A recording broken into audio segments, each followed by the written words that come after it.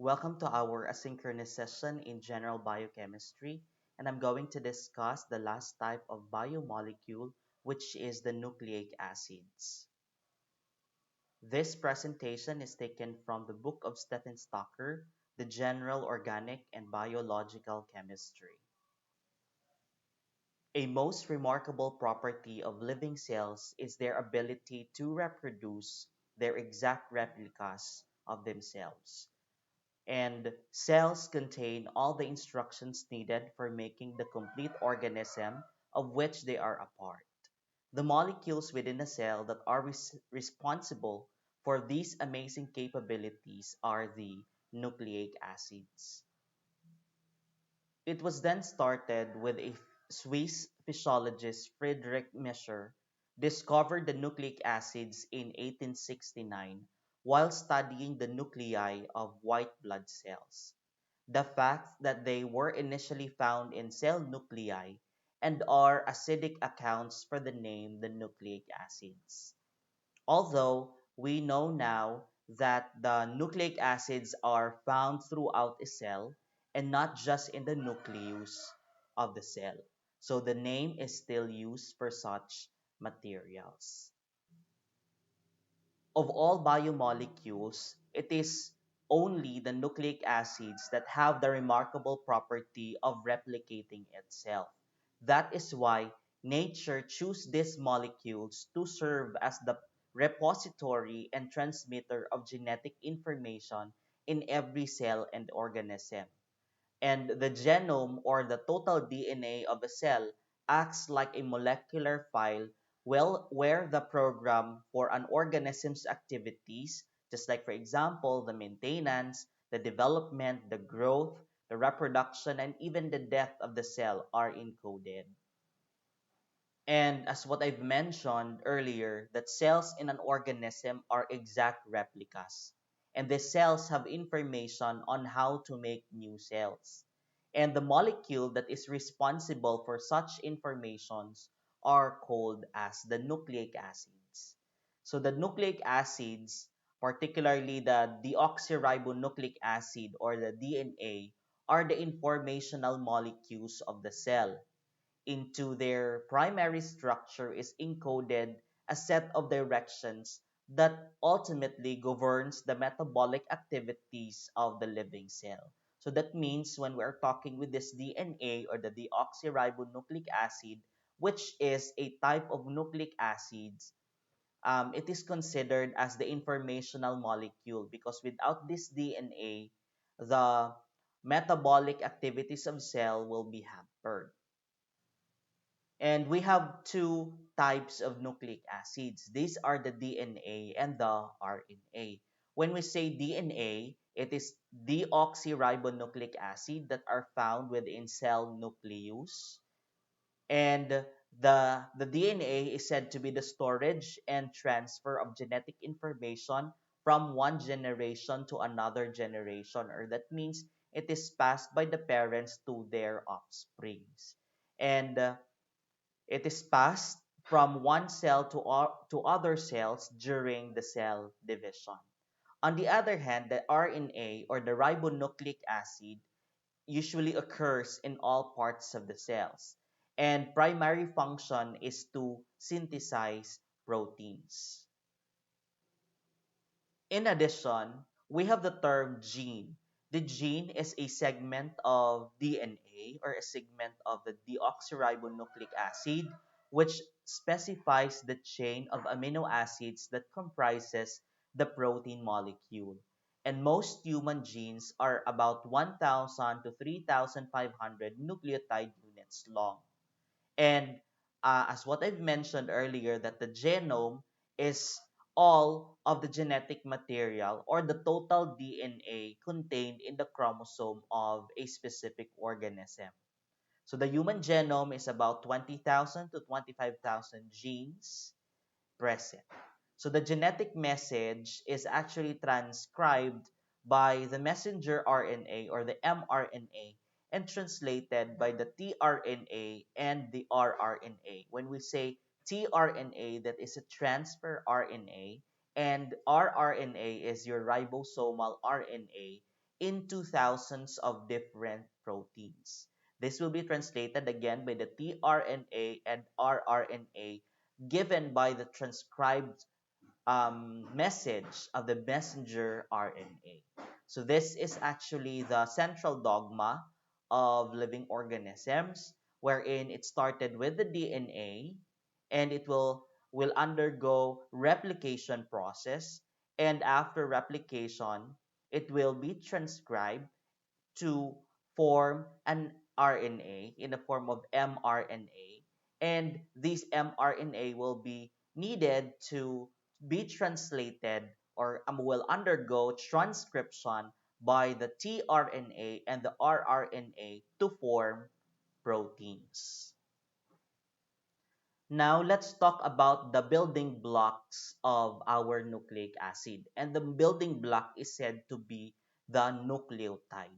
So the nucleic acids, the polymers in which repeating unit is composed of a nucleotide. And a nucleotide has three components. And this includes the pentose sugar, which is a monosaccharide, a phosphate group, and a heterocyclic base. So that means this one is a component, these three, are the components of the nucleotide. So it has a base, we have the sugar, and we have the phosphate. Okay, so that means the base is made up of heterocyclic base and another which have your sugar and the phosphate group. In the case of DNA, so the sugar is deoxyribose sugar, while RNA is ribose sugar. In the DNA, we can observe here that there is no oxygen in the second carbon of the sugar. We have also the two types of heterocyclic bases. It includes the pyrimidine and the purine. As what you can see, the pyrimidine composed of cytosine, uracil, and thymine, and the purine composed of adenine and guanine. Usually in the structure, the pyrimidine has one ring, while the purine has two rings. Okay, in this slide shows the components of the nucleic acids, both the DNA and the RNA. As to the nitrogenous bases, the DNA only has the thymine, while the RNA is uracil. So that means the DNA and RNA has the adenine, guanine, and cytosine, but when it comes to RNA, the thymine is replaced by a uracil. Here in the sugars, the difference between the DNA and RNA, the sugar of our DNA is deoxyribose, while the sugar of our RNA is ribose. Okay? Let's now proceed with the nucleoside formation. So when we say nucleoside, it is formed from condensation reaction between a 5-carbon monosaccharide and a purine of the pyrimidine-based derivative. So focus our attention in this one. So the N sugar, the N9 or the 9N of a purine, or the number 1 nitrogen of a pyrimidine, this one, is attached to the carbon number 1 position of sugar in beta conformation. And it will produce this N or nitrogen and carbon glycosidic linkage. So this will be the carbon nitrogen glycosidic linkage. Okay? So again, the 9 nitrogen or the first nitrogen of the ninth nitrogen of the purine or the first nitrogen of a pyrimidine base is attached to the carbon number 1 of the sugar. And what will be the linkage will form is the nitrogen carbon glycosidic linkage. As to its nomenclature, for pyrimidine bases, the suffix idine, the idine, is used as cytidine, thymine, and uridine. For the purines bases, suffix will be ocene. It is used as adenosine and guanosine. For the prefix deoxy, it is used to indicate the deoxyribose present. For example, we have the deoxythymidine. To continue, the phosphate group is added to a nucleoside which is attached to the carbon number 5 of the sugar, wherein the position through a phosphoester bond. This is the phosphoester bond. So the condensation reaction will release actually water in the environment.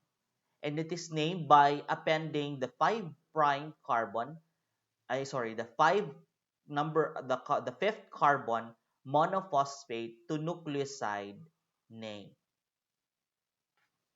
As to its nomenclature, when we're talking with the monophosphate here, it is 5 nucleoside monophosphate of an adenosine. It is called as adenylic acid or adenosine monophosphate or the AMP. If it is guanosine, it's guanylic acid or guanosine monophosphate. If it's cytidine, it is cytidylic acid or cytidine monophosphate or the CMP. If it's uridine, it's uridylic acid or uridine monophosphate or UMP. And if it's deoxythymidine, it's deoxythymidylic acid or deoxythymidine monophosphate or DTMP. If it's diphosphate, it's adenine diphosphate. It's guanosine diphosphate. It's cytidine diphosphate, uridine diphosphate, and deoxythymidine diphosphate. If it's triphosphates, or that means tatlo, it's ATP or adenosine triphosphate, guanosine triphosphate, the cytidine triphosphate, the uridine triphosphate, and the deoxythymidine triphosphate. So these are the names. So usually we use the mono, the di, and the tri to identify how many phosphates are attached to our deoxy and or our ribonucleic acid or ribonucleic nucleotide, I mean. Ribo and deoxyribonucleotide structure. And we must note that if deoxyribose is present, that means if it's deoxyribose in our structure or the structure of our sugar is said to be deoxyribose, so the prefix deoxy is used. Like for example, deoxy adenosine monophosphate. So it will give us an idea that the sugar is deoxyribose. This slide presents the information concerning the 8 nucleotides that are building blocks of our DNA and RNA. It actually summarizes the different bases of DNA and RNA and their nucleotide nomenclatures and their abbreviation. As to the primary nucleic acid structure, the primary structure is usually composed of the nucleotides of a polynucleotide chain which are linked to one another by a 3' 5 phosphodiester bonds. So this is actually the connection of the diester bonds that is in the three carbon and the third and the fifth carbon of the sugar structure. So phosphoric acid forms a phosphate ester to connect a 3 hydroxy group of 1 pentose to 5 carbon on another pentose. So as what you observe, the connection here of the phosphodiester bond will be in the 3 prime carbon and the 5th prime carbon of the uh, dinucleotide of the nucleotide. Okay, so the sugar phosphate groups are referred to as nucleic acid backbone, which is found in all nucleic acids. So the sugars are different in DNA and RNA. As what I've said, if the sugar is the the oxyribose sugar in the DNA, and if it's RNA, it's ribose sugar. Okay? So in this illustration, it shows the formation of the polynucleotides. So when we say polynucleotide, it is more than two nucleotide formations. I mean, nucleotide are attached to one another. So the connection here is in the 5 carbon and the third carbon of the sugar. A ribonucleic acid or RNA is a polynucleotide in which each of the monomers contains a ribose sugar, a phosphate group, and one of the heterocyclic base, which is either adenine, the cytosine, the guanine, or the uracil. In the deoxyribonucleic acid or the DNA, it is a nucleotide polymer in which each of the monomer contains the oxyribose, the phosphate group, and one of the heterocyclic bases, the adenine, cytosine, the guanine, and the thymine. Again, the difference there of their sugar, if it's RNA, that is ribose, and if it's DNA, it's deoxyribose. And another is that the for the DNA, it is thymine, but if it's in RNA, the thymine is replaced by a uracil. And in the structure, the 5 prime end has 3 phosphate groups and 3 prime end has a free OH group. Again, in this structure here, the 5 prime end is free for another connection, for another reaction that will add on another single nucleotide.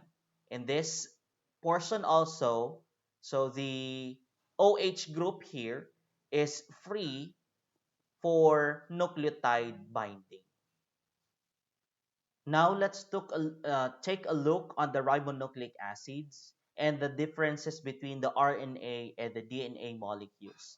So the sugar unit in the backbone of the RNA is ribose, while deoxyribose in the DNA. So the base thymine found in DNA is replaced by a uracil in the RNA. The RNA is single-stranded molecule, while the DNA is a double-stranded molecule or double helix. A hairpin loop is produced when single-stranded DNA doubles back on itself and complementary base pairing occurs. So the RNA molecules are much smaller than the DNA molecules, ranging from 75 nucleotides to a few thousand nucleotides. We have several types of RNA molecules, and before that, the RNA functions primarily in the synthesis of proteins, the molecules that carry out essential cellular functions. We have different types of RNA or the RN, the ribonucleic acids, the heterogeneous nuclei, a nuclear RNA or the HNRNA, usually formed directly by a DNA transcription.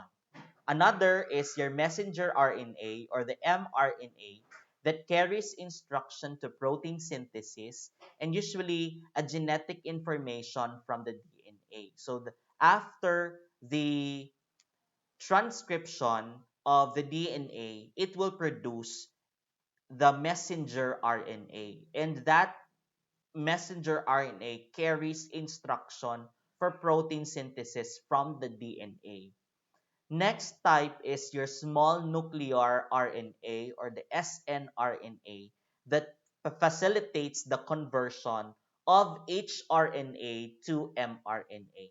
So that means the snRNA is in between the hnRNA and mRNA because small nuclear RNA or snRNA facilitates the conversion of that hnRNA to mRNA. Next type is your ribosomal RNA or the rRNA. Your rRNA combines with a specific proteins to form ribosomes. And the ribosome is the physical site for protein synthesis.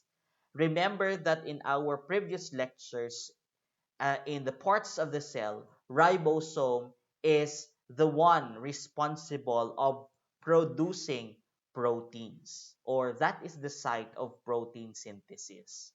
Lastly, the tRNA or the transfer RNA, it's the one delivers the amino acids to the sites for protein synthesis. So these are the different types of ribonucleic acids or the RNA. We have the hnRNA, snRNA, the mRNA, the rRNA, and the tRNA.